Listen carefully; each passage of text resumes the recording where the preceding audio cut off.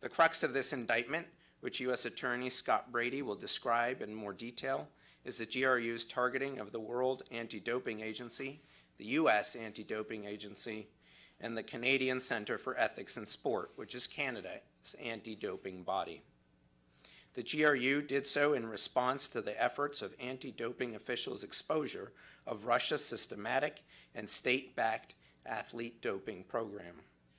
Embarrassed by that truth, Russia fought back by retaliating against the truth tellers and against the truth itself.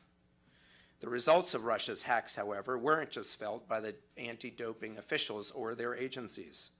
Instead, Russia decided that it was fair game to flood the social and traditional media with the private medical information of more than 250 athletes from 30 countries in a manner that often inaccurately reflected or otherwise omitted the true nature, purpose, and context of the information.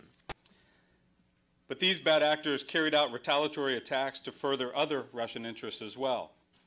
They targeted Westinghouse, a nuclear power company based in Pittsburgh, Pennsylvania, that supplied nuclear fuel to the Ukraine.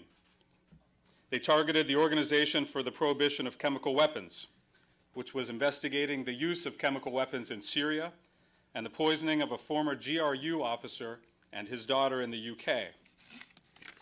And they targeted a lab in Switzerland that analyzed the nerve agent used in that poisoning. Let me talk briefly about the charges in the indictment for a moment. The defendants are charged with engaging in a lengthy and wide-ranging conspiracy to hack into private computers and networks around the world. And the indictment lays these practices out in detail.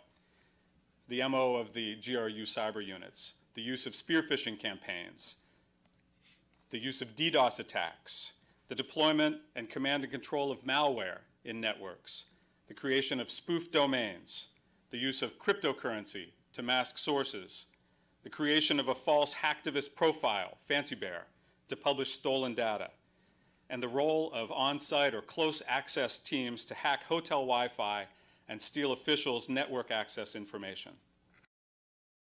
Their nimbleness in this regard, their efforts in this regard shows, I think, their sophistication and what obviously the resources of a state-backed hacking organization that can not only do the cyber intrusions from home, but can also send its officers abroad with diplomatic passports in order to do this. This is why it's such a serious threat, and I think this case is a serious example of that, an illustration of all that.